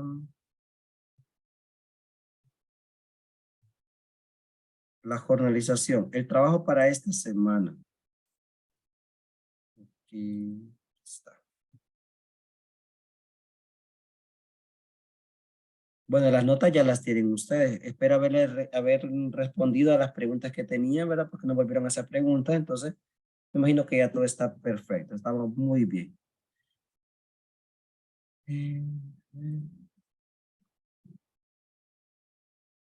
Aquí está. Jornalización. Para esta semana, distinguidísimos. Estamos en la semana 6. Sí. Creación de una gamificación por medio de la plataforma PictoChat. Para el estudiante, se compartirá un video tutorial donde se explica el uso de esta plataforma. Y si fuese necesario, se puede programar entre semana un pequeño taller para aprender a utilizar a grosso modo la aplicación. No me la manejo perfectamente, pero algo le hago. Entonces, yo les compartí el enlace de un video tutorial. Es lo mismo que yo diría, pero de igual manera, pues ya lo tienen ustedes ahí en el campus virtual para que puedan guiarse. La verdad, PictoChat no tiene gran diferencia con Genially, que ya ustedes ya lo han trabajado. No es mucha la diferencia, ¿verdad? Que es casi lo mismo, pero tiene otras opciones que son bonitas. Entonces yo lo que les diría es, se van a reunir ustedes para hacer una gamificación, ¿verdad? Y van a trabajar una gamificación. ¿Qué es lo que van a hacer? De la clase de hoy, hacer un resumen con sus propias palabras, ¿verdad? Con su propio conocimiento, porque lo que les digo, yo no quiero decirles qué es lo que van a pensar, pero sí quiero darles las herramientas. Las herramientas ya están dadas en la clase de hoy. Así que ustedes van a, por favor, a utilizar PictoChat, van a utilizarla, van a crearla como equipo, van a trabajar como equipo, y van a subir después en una portada normal con todos los datos normales, van a subir ahí el enlace, ¿verdad? Van a compartir el enlace ahí donde se encuentre el PictoChat para después solo darle clic y poder revisar. Eso va a costar 10 puntos. ¿Qué es lo que voy a evaluar? La fidelidad del tema, ¿verdad? La fidelidad de los temas, sin errores ortográficos, por favor. Hay que corregir bien eso porque por mala escritura se bajan puntos. La innovación y la creatividad. Es decir, eso se tiene que ver muy bien reflejado. ¿Cuándo deben de subir ese trabajo? A más tardar el 23 de febrero. Este trabajo debe contener los datos de cada integrante, es decir, nombres completos y apellidos completos de cada uno de los miembros del grupo y a la par el número de cuenta también. Subir en el campo virtual el enlace donde se encuentra alojado el trabajo de PictoChat. Solamente el coordinador de cada equipo debe de subirlo, pero todos deben de trabajar. Entonces, este es el trabajo para esta semana. No sé si hay alguna interrogante, alguna duda.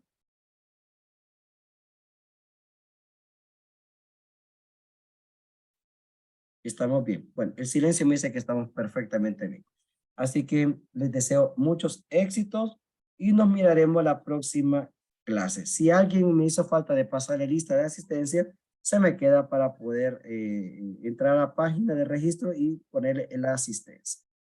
Si no hay preguntas, si no hay dudas. Lick, no sé si a mí me marcó como inasistencia o ya lo si voy a asistí. revisar. Ya lo vamos a revisar, mi distinguido amigo. Si no hay más Lick, nada buenas de noches, clase, disculpe. diga. Dice que ahí habría la posibilidad de hacer un taller entre semana, pero eso no, ¿verdad? Con el video que nos va a mandar del tutorial, suficiente. La verdad que ahí va detalle por detalle, paso por paso, lo mismo que yo diría. O sea, fue Listo. el que yo utilicé cuando aprendí, cuando llevé en aquel tiempo.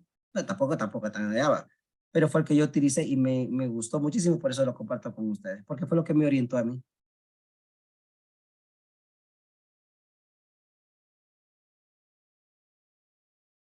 Pero si necesitan una ayudita aparte, conmigo no hay ningún problema. Cuenta que no sea día jueves porque tenemos la clase con ustedes, ¿verdad? Y el miércoles tampoco porque tengo clase en la noche. De ahí otro día sí puedo acompañarle.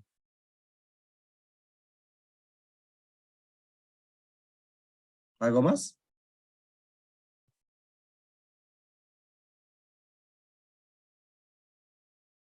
¿Están despejadas las dudas? En el chat que escribieron. Stephanie Giselle Sosa, me imagino que esto es para asistencia. Bueno, si no hay más entonces, se me quedan los que van para poder compartirles pantalla y poder pasar lista. Los demás, buenas noches, pásenla bonito, muchos éxitos, ¿verdad? En la tarea y pues a seguir aprendiendo más, que de eso se trata esto, de aprender para la vida, para poder tener las competencias necesarias. Buenas noches para todos. Buenas noches, Lick. Buenas noches, cuídense mucho.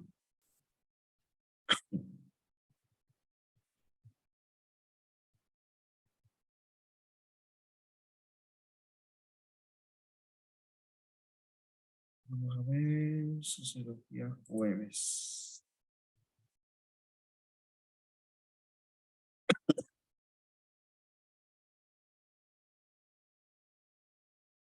Asistencia, listado global.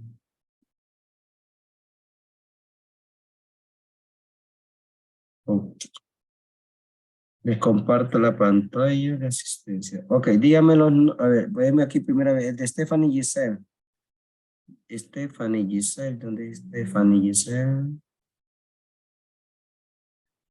¿De dónde es Stephanie Giselle? Aquí me imagino que es esta. Stephanie Giselle Pavón. Ahí está. Listo, ya ahí lo está viendo. Alan Fabricio Romero, Lick. ¿De dónde es usted, señor Alan? Dani. Alan. ¿Dónde está? Alan Fabricio Romero Morazán. Aquí lo tenía ya, Alan. Gracias, Lick. A usted. Sí, Otniel Adi Hernández. De ¿Cómo? Dalí. Otniel Adi Hernández. Ocniel.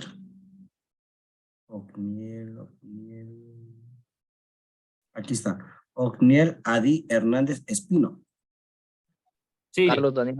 Perfecto, ahí está. Listo, Ocniel. Gracias. A usted. ¿Quién dijo? Perdón, no escuché. Carlos Daniel. Carlos Daniel. ¿De dónde, Carlos? De Daniel. Carlos Daniel. Carlos Daniel Amador Ayala. Sí. Perfecto. Listo, Carlos.